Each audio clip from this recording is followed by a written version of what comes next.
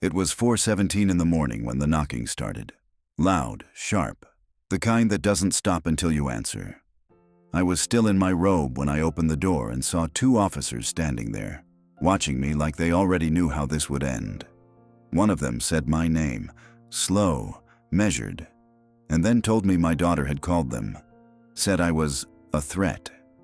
For a second, I just stood there, trying to understand how it had come to this. But then something inside me went quiet. Not fear, something colder, because I realized she hadn't done this out of anger. She was trying to push me out. For good. And as they walked me down my own steps, past the porch light I paid for, past neighbors pretending not to see, I made myself a promise I didn't say out loud. I wouldn't argue. I wouldn't defend myself. But before this night was over, the truth would walk into that station. And when it did, she would finally have to answer for what she'd done. 3 months earlier, if you had asked me how things were with my daughter, I would have told you what old men tell themselves when they're too ashamed to say the truth. I would have said we had our ups and downs. I would have said she was under stress. I would have said family is family. What I would not have said was that I had been sleeping in the den of my own house in Columbus, Ohio, because Melissa had moved her boyfriend into the master bedroom after my fall in January and told me the stairs were too risky for a man my age. I signed that house over into a trust years ago, back when my wife Elaine was still alive, and we both believed helping our daughter would keep her close. After Elaine died, Melissa started showing up with groceries, then folders, then little suggestions. Dad, let me handle the bills. Dad, you don't need to drive anymore. Dad, maybe it's time to make things easier. Every word sounded caring until I noticed how everything easier for me turned into more control for her. By spring, I was asking permission to use the checking account I had funded for 40 years. She took my car keys. She changed the pharmacy to one across town and never picked up my refill on time. Then she began telling people I was forgetting things. Little lies, careful lies, the kind that sound harmless until enough of them gather in one place and start looking like proof. I still tried to believe there was something left to save. Then, last Tuesday, I heard Melissa in the kitchen with her boyfriend, Darren, thinking I was asleep. "She won't sign while he's lucid," he said. Melissa answered in a voice I'd never heard from her as a child or as a woman. Flat, tired, mean. Then we make it look like he isn't. I did not step into that kitchen. I did not confront her. I went back to the den, sat on the edge of that fold-out bed, and stared at the wall until morning. After that, I started keeping copies. Bank statements, medication records, the trust papers. And one other thing. Something Melissa didn't know I still had. So when those officers led me to the cruiser and asked if there was anyone they could call for me, I gave them one name I hadn't said out loud in nearly 11 years. And when the younger officer looked at it, his whole expression changed. The ride to the station was quiet, the kind of quiet that presses against your ears. I sat in the back seat, hands folded in my lap, robe still tied, slippers on my feet like I'd just stepped out to grab the morning paper instead of being escorted out of my own life. Neither officer spoke much. The older one kept glancing at me in the rearview mirror, like he was trying to match what he saw with whatever report Melissa had given them. Frail, confused, possibly unstable. That's what she would have said. She'd been building that picture for months. When we pulled into the station, the younger officer opened my door and helped me out. Not rough, not kind either. Just procedure. Inside, the lights were too bright for that hour. Everything smelled like stale coffee and floor cleaner. They sat me in a chair near the front desk. "Your daughter said you made threats," the older one said, flipping through his notes. "Said you've been agitated, unpredictable." I looked at him, steady. "Did she say what I threatened?" He hesitated. "She said you told her she'd regret what she's done." I nodded once. "That's not a threat. That's a fact." He didn't like that answer. I could see it in the way his jaw tightened.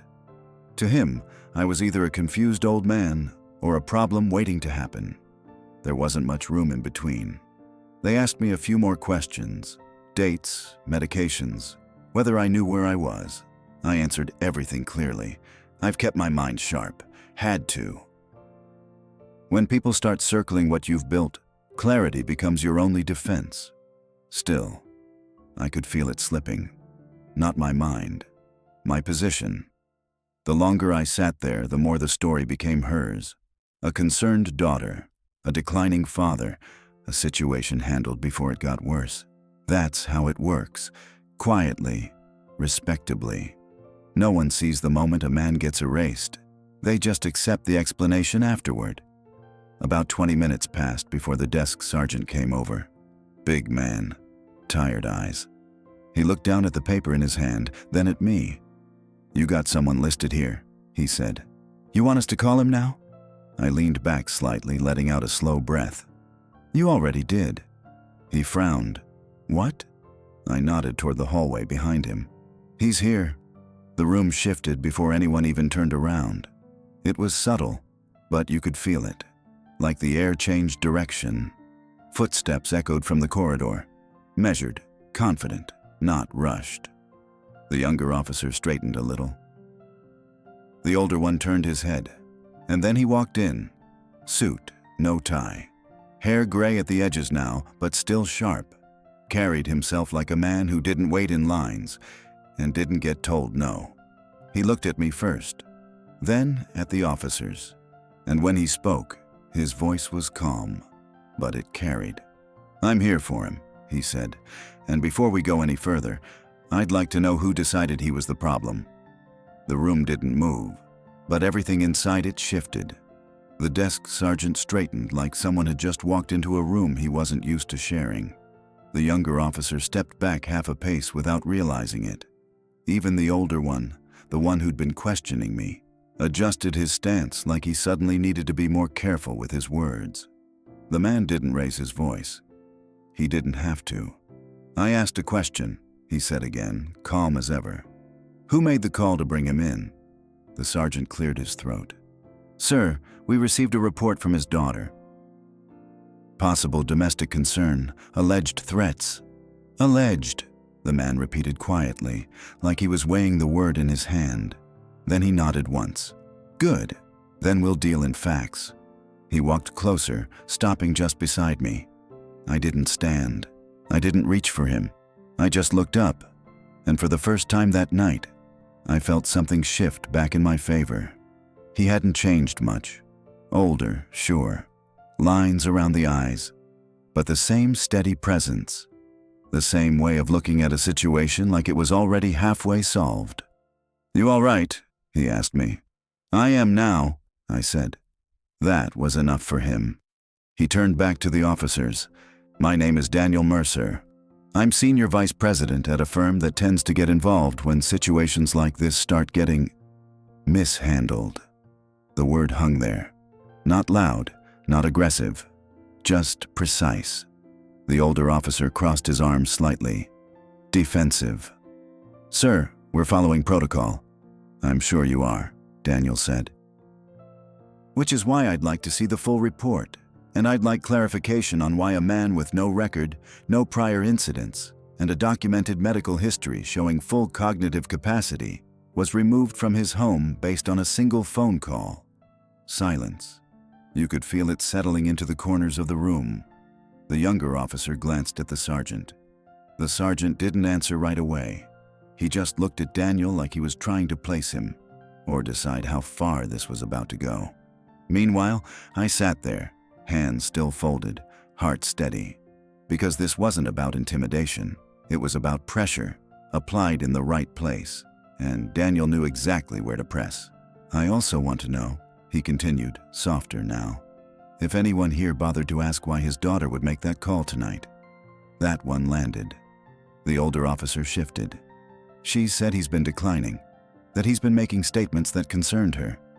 Daniel nodded slowly. "Did she mention the trust?" No one answered. "Did she mention the recent attempts to transfer property ownership?" he added. The sergeant's eyes flickered. just for a second. But I saw it. And Daniel saw it too. "That's what I thought," he said. He reached into his coat and placed a folder on the front desk. Neat, organized, copies of everything I'd spent the past week gathering, bank records, medical evaluations, signed statements, truth, in paper form. "I suggest," Daniel said calmly, "we take a closer look at who's actually at risk here." The room went still again. But this time, it wasn't uncertainty. It was the beginning of something turning. And then the desk phone rang. Sharp, sudden. The sergeant picked it up, listened for a few seconds, and his expression changed. Slowly, he looked at me, then at Daniel. "Sir," he said carefully, covering the receiver, "we've got someone else on the line." Daniel didn't blink. "Who?" The sergeant hesitated. "Ormdi, your daughter." The sergeant didn't say anything else. He just held the phone halfway between himself and Daniel, like it suddenly weighed more than it should. Daniel looked at it for a second, then nodded. "Put her on speaker." The room tightened again. The kind of tension that doesn't come from shouting, but from what's about to be said when no one can hide behind walls anymore. The sergeant pressed a button. "Ma'am," he said, voice formal now, "you're on speaker at the station." There was a pause, just long enough to feel deliberate. Then Melissa's voice came through, tight, controlled, but underneath it, something sharp. "I want to know why my father hasn't been processed yet," she said. "You told me he was being evaluated." No dad, no hesitation, just business. I closed my eyes for a moment. Not out of weakness, but because hearing her like that confirmed something I had already accepted. Daniel stepped closer to the desk. "Melissa." Silence. Then her tone shifted, just slightly. "Who is that?" "You know who I am," he said calmly.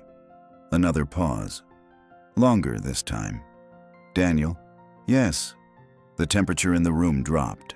When she spoke again, the control was thinner. "You don't need to be involved in this." "I'm already involved," he said. "The moment you called the police on him, you made sure of that." The older officer glanced between us, trying to keep up with a conversation that had clearly started long before tonight. Melissa exhaled sharply. "You don't understand what's been happening here. He's not well. He's been confused, paranoid." "No," Daniel cut in, still calm. "He's been documenting." That hit harder than if he'd raised his voice. I watched the sergeant's grip tighten on the phone. Melissa didn't answer right away. Then, quieter, more careful. "What exactly are you implying?" Daniel didn't hesitate. "That you've been preparing to take control of assets that don't belong to you." The words sat there, heavy, undeniable. "That's not true," she said quickly, but there was a crack now. "I've been taking care of him. You have no idea what it's been like." "I know exactly what it's been like," Daniel said, "because he called me before any of this started moving." That was the first real shift. Not in the room, in her. "You talked to him?" she asked. "Yes." Another pause. And this one wasn't controlled. It was calculating. Then she tried a different angle, softer, almost wounded. "So what? He's been feeding you stories after everything I've done for him?" I opened my eyes then, not to speak, just to listen. Because this was the part she was good at. Daniel didn't move. "You mean the account transfers? The medication delays? The attempt to have him declared unfit? You're twisting things." "No," he said, steady as ever. "I'm clarifying them." Silence again. The officers weren't even pretending to be neutral anymore. They were listening, really listening now, because the story had changed, and everyone in that room could feel it. Melissa's voice came back, lower, colder. "You think a few papers change anything?" Daniel glanced at me briefly, then back to the phone. "No, but timing does." "What does that mean?" For the first time since he walked in, he let a small pause sit there. Then he said it.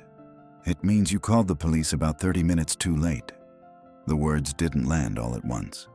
They unfolded, slowly, and I could almost hear her thinking on the other end. "What are you talking about?" she asked. Daniel didn't answer immediately. Instead, he reached into that folder again, pulled out one single document, and placed it on the desk in front of the sergeant. "Because as of midnight," he said quietly, "he doesn't own that house anymore." The room went completely still. And on the other end of the line, Melissa stopped breathing. The silence didn't break. It cracked. "What do you mean he doesn't own it?"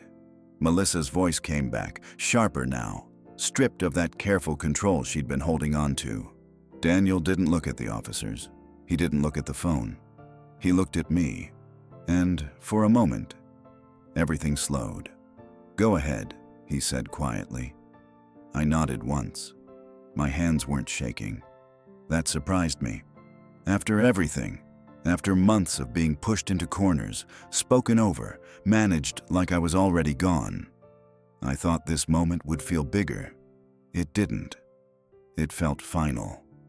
"I transferred it," I said, my voice steady in the room. "The house, the accounts tied to it, everything connected to that trust." On the phone, nothing. Then, slowly, "To who?" I let out a small breath. Not relief, just release. "To someone who won't try to bury me in my own life." That wasn't the answer she wanted. "Dad!" she snapped, the word finally coming out. But it sounded wrong now, like something she'd forgotten how to say properly. "Stop this! You don't even understand what you've done!" Daniel spoke before I could. "He understands it perfectly." "No, he doesn't," she fired back. "You think he's thinking clearly? He's being influenced?" "I had him evaluated," Daniel said. That stopped her. Not completely, but enough. "Full cognitive assessment, independent, documented," he continued. "He's more than capable of making his own decisions, which means everything he signed stands." The sergeant glanced down at the paper in front of him again. You could see it now. The shift. Not suspicion. Recognition. This wasn't a domestic call anymore. This was something else. Melissa's voice came back quieter, but more dangerous. "You went behind my back." I almost smiled at that. "I went around you," I said. "There's a difference. You had no right."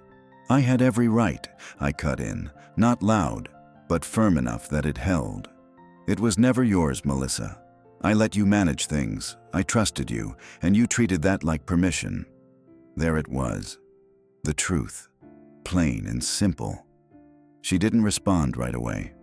And in that silence, I remembered her as a little girl, standing in the kitchen in socks too big for her feet, asking me to help with homework, laughing at things that didn't matter.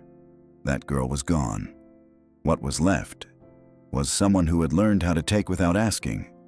"You don't get to do this to me," she said finally. Daniel tilted his head slightly. "He already did." The older officer exhaled slowly. "Ma'am," he said toward the phone, choosing his words carefully now. "Based on what we're hearing, this may not be a criminal matter." "You're kidding me," she snapped. "He threatened me." "Did he?" the officer asked. Another pause. Longer this time. Because now, every word mattered. "He said I'd regret it," she said. "That's not a threat," the officer replied, almost the same way I had earlier. Not in itself. Silence again. But this one felt different. It felt like something collapsing, piece by piece. Daniel closed the folder gently. "There's one more thing," he said. I didn't stop him. Didn't need to. "Go on," I said. He slid another paper across the desk. Thinner, simpler, but heavier than everything else. "This," he said, "was filed right after the transfer." The sergeant picked it up, scanning quickly, then slowing down as he read. His eyes lifted.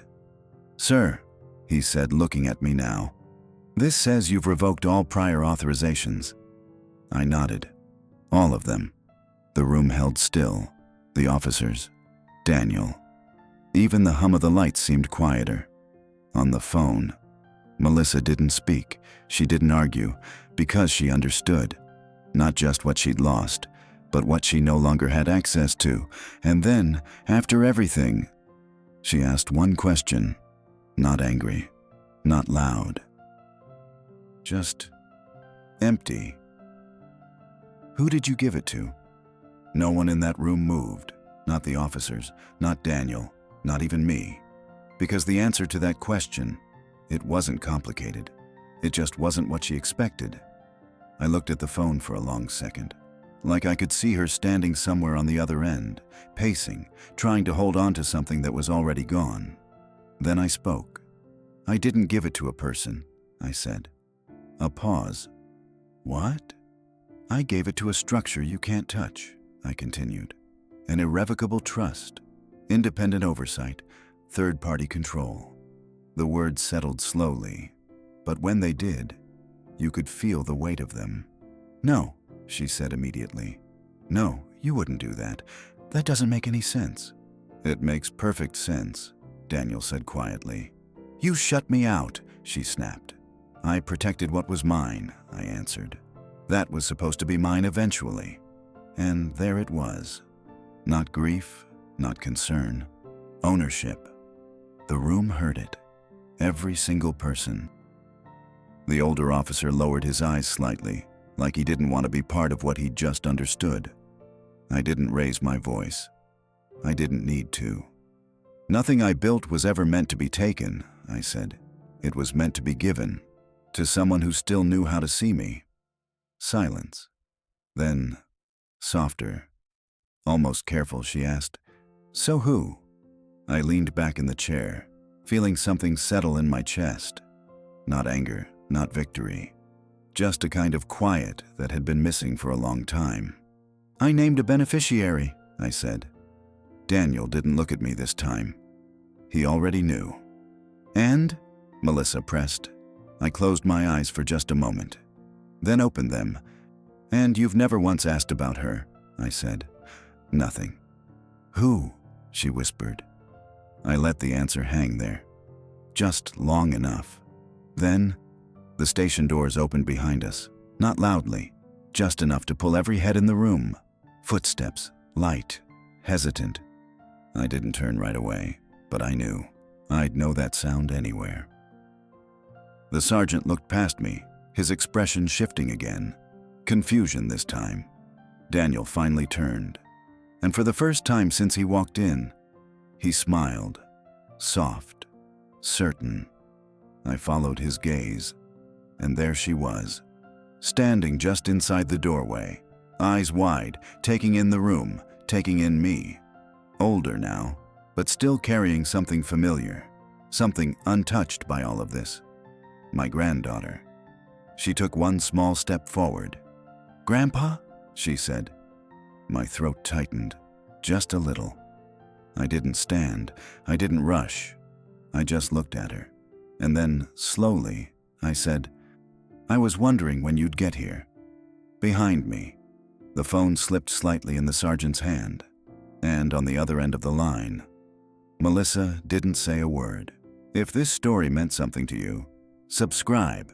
There's more to come.